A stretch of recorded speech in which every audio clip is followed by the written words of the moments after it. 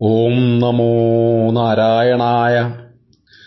ഓം നമോ ഭഗവതേ വാസുദേവായ. ഗുരുവായൂർ ഏകാദശി, അതിന്റെ പ്രാധാന്യവും.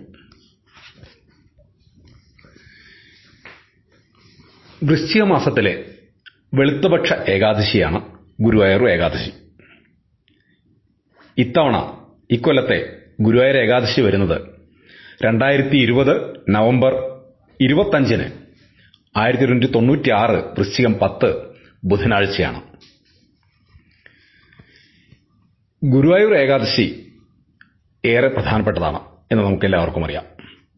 ഗുരുവായൂർ ഏകാദശിയുടെ പ്രാധാന്യത്തെക്കുറിച്ചാണ് നമ്മൾ ചർച്ച ചെയ്യുന്നത്. ആദ്യം ഏകാദശി എന്താണെന്ന് നോക്കാം. ഏകാദശി എന്ന് പറഞ്ഞാൽ എന്ന വാക്കിനർത്ഥം 11 എന്നാണ്. ഏകം 1, ദശം 10. ഏകാദശി എന്ന് പറഞ്ഞാൽ 10 + 1 11 എന്നർത്ഥം. ഇവിടെ 11 എന്ന് പറയുന്നത് കർത്തവാവോ വെളുത്തവാവോ കഴിഞ്ഞു വരുന്ന 11ാം ദിവസം എന്നാണ് അർത്ഥം. കർത്തവാവ് കഴിഞ്ഞാൽ വെളുത്തപക്ഷത്തെ ഏകാദശിയും വെളുത്തവാവ് കഴിഞ്ഞാൽ കറുത്തപക്ഷത്തെ ഏകാദശിയും ആയി ഓരോ മാസവും 2 തവണ ഏകാദശി വരും. അങ്ങനെ എല്ലാ മാസവും 2 തവണ ഏകാദശിയുണ്ട്. ഈ ഓരോ ഏകാദശിയും വിഷ്ണു പൂജയിൽ വളരെ പ്രധാനമാണ്. ഏകാദശി വ്രതം എടുക്കുക എന്ന് പറയുന്നത്, ഏകാദശി നോമ്പ്, ഏകാദശി വ്രതം വിഷ്ണു പൂജയുടെ കാര്യത്തിൽ വളരെ പ്രധാനമാണ്. വളരെ പ്രാധാന്യമുണ്ട് ഏകാദശിക്ക്. ഗരുഡപുരാണത്തിലും അഗ്നിപുരാണത്തിലും വിഷ്ണുപുരാണത്തിലും ഉൾപ്പെടെ വിവിധ പുരാണങ്ങളിലെ ഏകാദശി വ്രതത്തിന്റെ മഹാത്മ്യത്തെക്കുറിച്ച് പറയുന്നുണ്ട്. വർഷത്തിലെ എല്ലാ മാസമുള്ള എല്ലാ ഏകാദശിക്കും വ്രതമെടുക്കാവുന്നതാണ്. ഗരുഡപുരാണത്തിൽ പറയുന്നത് ഏകാദശി എന്ന് പറഞ്ഞാൽ മറ്റെല്ലാ പുണ്യകർമ്മങ്ങളെക്കാളും ഏകാദശി വ്രതമെടുക്കുന്നത് ഏറ്റവും ഉത്തമമാണ് എന്ന് പറയുന്നു. നചൈവ സർവതീർത്ഥാനി ഏകാദശ്യാ സമോ നഹി ന ദാനം ന ജപോ ഹോമോ ന ചാന്യം സുഹൃതം ക്വചിത് എന്നാണ് ഗരുഡപുരാണത്തിൽ പറയുന്നത്. നജൈവ സർവതീർത്ഥാനി ഏകാദശ്യാ സമോ നഹി. ഏകാദശി തുല്യമായിട്ട് മറ്റൊരു തീർത്ഥവുമില്ല. തീർത്ഥസ്നാനങ്ങളെക്കാളും ദാനം, ജപം, ഹോമം, മറ്റു സുഹൃതകർമ്മങ്ങൾ എന്നിവയെക്കാളൊക്കെ പുണ്യകരമാണ് ഏകാദശി വ്രതം എന്നാണ് ഗരുഡപുരാണത്തിൽ പറയുന്നത്. അഗ്നിപുരാണത്തിലും വിഷ്ണുപുരാണത്തിലെല്ലാം ഇതേക്കുറിച്ച് ഏകാദശി മഹാത്മ്യത്തെക്കുറിച്ച് ധാരാളം പറയുന്നുണ്ട്. ഏകാദശ്യാം വിഷ്ണുപൂജ കാര്യ സർവോപകാരിണി ധനവാൻ പുത്രവാൻ ലോകേ വിഷ്ണുലോകേ മഹീയതേ എന്ന് അഗ്നിപുരാണത്തിൽ പറയുന്നു.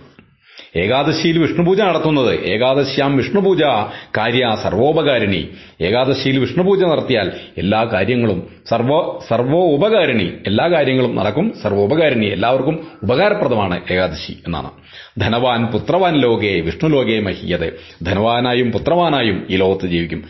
സമ്പത്തുണ്ടാവും, മക്കളെ കൊണ്ടുള്ള നേട്ടമുണ്ടാവും. ഇതെല്ലാം ഏകാദശി വ്രതത്തിന്റെ ഫലമാണ്. വിഷ്ണു ലോകേ മഹീയതേ, വിഷ്ണുപദത്തിലെത്താനും ഏകാദശി വ്രതത്തിലൂടെ കഴിയും എന്ന് അഗ്നിപുരാണത്തിൽ പറയുന്നു. പുരാണങ്ങളിൽ ഏകാദശി വ്രതത്തെക്കുറിച്ച് പറയുന്നത് തന്നെ ഏകാദശി വ്രതം വക്ഷിയെ ഭുക്തി മുക്തിപ്രദായകം എന്നാണ്. ഈ ഏകാദശി വ്രതം എന്ന് പറയുന്നത് ഭുക്തി മുക്തിപ്രദായകമാണ്. ഭുക്തിയും മുക്തിയും തരുന്നതാണ്. സുഖഭോഗ ഐശ്വര്യങ്ങളും അഭിവൃദ്ധികളും തരും. അതിനൊപ്പം തന്നെ മുക്തിയും തരും.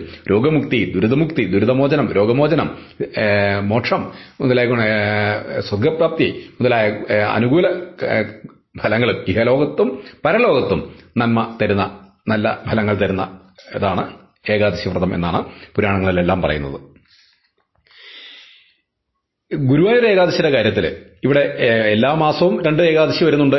എങ്കിലും വൃശ്ചിക മാസത്തിലെ, മലയാളം രീതി അനുസരിച്ചുള്ള വൃശ്ചിക മാസത്തിലെ വെളുത്തപക്ഷ ഏകാദശിയാണ് ഗുരുവായൂർ ഏകാദശി ആയിട്ട് ആചരിക്കുന്നത്. ഗുരുവായൂർ ക്ഷേത്രത്തിലെ പ്രതിഷ്ഠാ ദിനമാണ് ഇതെന്നാണ് വിശ്വാസം. ഗുരുവായൂർ ഏകാദശി ദിനത്തിലാണ് ഗുരുവായൂർ ക്ഷേത്രത്തിൽ പ്രതിഷ്ഠ നടത്തിയത്, ഗുരുവും വായുവും കൂടി എന്നാണ് വിശ്വാസം. അതുകൊണ്ട് ഗുരുവായൂരിൽ പ്രതിഷ്ഠാ ദിനം കൂടിയായി ഏകാദശി ആചരിക്കുന്നു. അതുകൊണ്ട് തന്നെ ഗുരുവായൂർ ഏകാദശിക്ക്, വൃശ്ചിക മാസത്തിലെ വെളുത്തപക്ഷ ഏകാദശിക്ക് ഏറെ പ്രാധാന്യമുണ്ട്. ഏകാദശി നോൽക്കുന്നത് എങ്ങനെ? ഏകാദശി നോൽക്കുന്നതിന് കൃത്യമായ ചില ചിട്ടവട്ടങ്ങളുണ്ട്. ഏകാദശി വരുന്നത് ഫലത്തിൽ ഒരു ദിവസത്തേക്കാണെങ്കിലും ഏകാദശി വ്രതം 3 ദിവസങ്ങളിലായി നീണ്ടു നിൽക്കുന്നതാണ്. ഏകാദശിയുടെ തലേന്നും അന്നും പിറ്റേന്നും വ്രതാനുഷ്ഠാന ദിവസങ്ങളാണ്. തലേന്ന് അതിരാവിലെ കുളിക്കണം. അന്ന് ഉച്ചവരെ സാധാരണ പോലെ തന്നെ ഭക്ഷണകാര്യങ്ങൾ. രാത്രി അരിഭക്ഷണം ഒഴിവാക്കണം. തലേന്ന് ഒരിക്കൽ എന്നാണ് പറയുക. ഒരിക്കൽ മാത്രം ഭക്ഷണം എന്നർത്ഥം. അരിഭക്ഷണം ഒഴിവാക്കണം എന്ന് വച്ചാൽ ഗോതമ്പോ മറ്റു ധാന്യങ്ങളോ ഉപയോഗിച്ച് ഭക്ഷണം ഉണ്ടാക്കി ഇഷ്ടം പോലെ കഴിക്കാം എന്നർത്ഥമില്ല. ഭക്ഷണത്തിൽ നിയന്ത്രണം നിർബന്ധമാണ്. ദശമി ദിവസം രാത്രി ഭക്ഷണം പൂർണ്ണമായി ഒഴിവാക്കി ഉപവാസം തന്നെയാണ് ഉത്തമം. ഏതായാലും അരിഭക്ഷണം പാടില്ല. ഏകാദശി ദിവസം അതിരാവിലെ എഴുന്നേറ്റ് കുളിക്കണം. എണ്ണ തേക്കാതെ കുളിക്കണം എന്ന ആചാരം ചിലയിടങ്ങളിലുണ്ട്. കുളി കഴിഞ്ഞ് മഹാവിഷ്ണുവിനെ പ്രാർത്ഥിക്കണം. പറ്റുമെങ്കിൽ വിഷ്ണു ക്ഷേത്രത്തിൽ ദർശനം നടത്തുന്നത് നല്ലത്. വിഷ്ണുഭജനം നടത്തുന്നതും വിഷ്ണുസ്തുതികൾ ചൊല്ലുന്നതും വൈഷ്ണവ കഥകൾ വായിക്കുന്നതും. ഏകാദശി ദിവസം പറ്റുമെങ്കിൽ ഭക്ഷണം പൂർണ്ണമായി ഒഴിവാക്കി തികച്ചും ഉപവാസം അനുഷ്ഠിക്കുന്നതാണ് നല്ലത്. ഭക്ഷണം പൂർണ്ണമായി ഒഴിവാക്കാനാകാത്തവർക്ക് അരിഭക്ഷണം ഒഴിവാക്കെങ്കിലും ഇത്തരക്കാർ അരിഭക്ഷണമെങ്കിലും ഒഴിവാക്കണം എന്നാണ് ആചാരം. തുളസീതീർത്ഥം സേവിക്കാം. ഏകാദശി ദിവസം പകൽ ഉറങ്ങരുത്. വൈകുന്നേരവും ദേഹശുദ്ധി വരുത്തി പറ്റുമെങ്കിൽ വിഷ്ണു ക്ഷേത്രത്തിൽ ദർശനം നടത്തണം. ഉപവാസ ദിവസം രാത്രി സുഖഭോഗാന്വിതമായ കിടക്കയിൽ കിടന്നുറങ്ങരുത്. നിലത്ത് പുൽപ്പായ വിരിച്ച് കിടന്നുറങ്ങണം എന്നാണ് പൊതുവെയുള്ള ആചാരം. വ്രതത്തിന്റെ ദിവസം സ്ത്രീ പുരുഷന്മാർ തമ്മിലുള്ള മൈഥുന ബന്ധവും പാടില്ല. ദ്വാദശി ദിവസം അതിരാവിലെ എഴുന്നേറ്റ് കുളിച്ച് വിഷ്ണു പ്രാർത്ഥന നടത്തി തുളസീതീർത്ഥം കുടിച്ച് പാരണയോടെ വ്രതം അവസാനിപ്പിക്കാം. ഇതാണ് ഏകാദശി വ്രതത്തിന്റെ വിധിയായി പുരാണങ്ങളിലും മറ്റും പറയുന്നത്. ഗുരുവായൂർ ഏകാദശിയുടെയും ആചരണം ഇതുപോലെ തന്നെയാണ്. ഈ ഏകാദശി വ്രതം അനുഷ്ഠിക്കേണ്ട രീതിയിൽ തന്നെയാണ് ചെയ്യേണ്ടത്. ഏകാദശിക്ക് വിഷ്ണുവിനെയാണ് പ്രാർത്ഥിക്കേണ്ടത്. ഏകാദശി ദിവസം വിഷ്ണു സഹസ്രനാമം ചൊല്ലുന്നതും നല്ലതാണ്. ഏകാദശി ദിവസം വിഷ്ണുവിനെ പ്രാർത്ഥിക്കേണ്ട പ്രാർത്ഥനാ മന്ത്രം, പ്രാർത്ഥനാ ശ്ലോകം ഇങ്ങനെ: ശാന്താകാരം ഭുജഗശയനം പത്മനാഭം സുരേശം വിശ്വാധാരം ഗഗനസദൃശം മേഘവർണം ശുഭാംഗം ലക്ഷ്മീകാന്തം കമലനയനം യോഗിഹൃദ്ധ്യാനഗമ്യം വന്ദേ വിഷ്ണും ഭവഭയഹരം സർവലോകൈകനാഥം. ഭവഭയഹരം സർവലോകൈകനാഥം വിഷ്ണു വന്ദേ എന്നാണ് പ്രാർത്ഥന. ഭവഭയഹരനായ ലോകൈകനാഥനായ വിഷ്ണുവിനെ വന്ദിക്കുന്നു എന്ന്.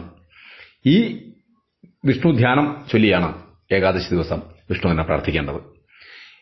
ഏകാദശി വ്രതാനുഷ്ഠാനത്തിലൂടെ ഇഹലോകത്തെ ഐശ്വര്യവും അഭിവൃദ്ധിയും സൗഭാഗ്യങ്ങളും ഉണ്ടാകുമെന്നും ദുരിതമോചനവും രോഗമോചനവും ഉണ്ടാകുമെന്നാണ് വിശ്വാസം.